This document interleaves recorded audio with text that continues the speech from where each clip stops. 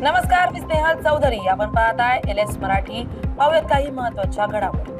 निकृष्ट सोयाबीन बियाण्यांवर कारवाईच्या मागणीसाठी अमोल मिटकरींचा कृषी अधीक्षक कार्यालयाला ताळा. सरकार कंपन्यांना पाठीशी घालत असल्याचा मिटकरींचा आरोप.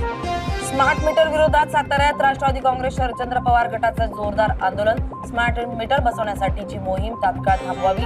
आंदोलनकर्त्यांची जोरदार मागणी. पुण्यातील मोशी कचरा डेपो येथील दुर्घटनाग्रस्त इमारतीच्या आत घुसून नवा सुरक्षित मार्ग तयार. गेल्या 48 तासांपासून मध्ये अडकलेल्या कर्मचाऱ्यांचा शोध घेण्यासाठी शोध मोहीम सुरू. पुण्याच्या जुन्नर तालुक्यातील माणिकडोह धरणात मासेमारीसाठी गेलेल्या एका मच्छीमाराचा जाळ्यात अडकल्यानं मृत्यू. घटनेची माहिती मिळताच शिवजन्मभूमी जुन्नर रेस्क्यू टीम घटनास्थळी दाखल. भिवंडीतील ब्राह्मणाळी येथील श्रीरामांच्या मंदिरातून चांदीच्या मौल्यवान वस्तूंची चोरी. घटना सीसीटीव्हीत कैद. निजामपुरा पोलीस ठाण्यात गुन्हा दाखल. पुढील तपास सुरू.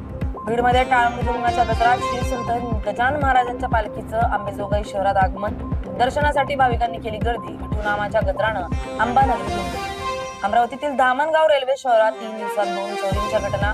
व्यापाऱ्यांमध्ये भीतीचं वातावरण. चोरट्यांवर कडक कारवाई करण्याची नागरिकांची मागणी.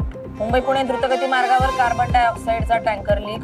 महामार्ग पोलिसांनी तत्परता आणि प्रसंगावधान दाखवत पुढील दुर्घटना टाळली. पुण्यात संत तुकाराम महाराज आणि माऊलींच्या पालखीस्थळी दर्शनासाठी भाविकांची मोठी गर्दी. कुठेही अनुचित प्रकार घडू नये म्हणून पोलिसांचा चोख पोलीस बंदोबस्त. अमरावतीच्या खारत तळेगाव परिसरात शेतकऱ्यांची दुबार पेरणीला सुरुवात. दुबार पेरणीमुळे शेतकऱ्यांना मोठा आर्थिक फटका. बियाणे कंपनीवर कठोर कारवाई करून नुकसान भरपाई द्यावी, शेतकऱ्यांची मागणी. या होत्या काही महत्त्वाच्या घडामोडी. पाहत राहा LS मराठी, सत्याची नवी दिशा.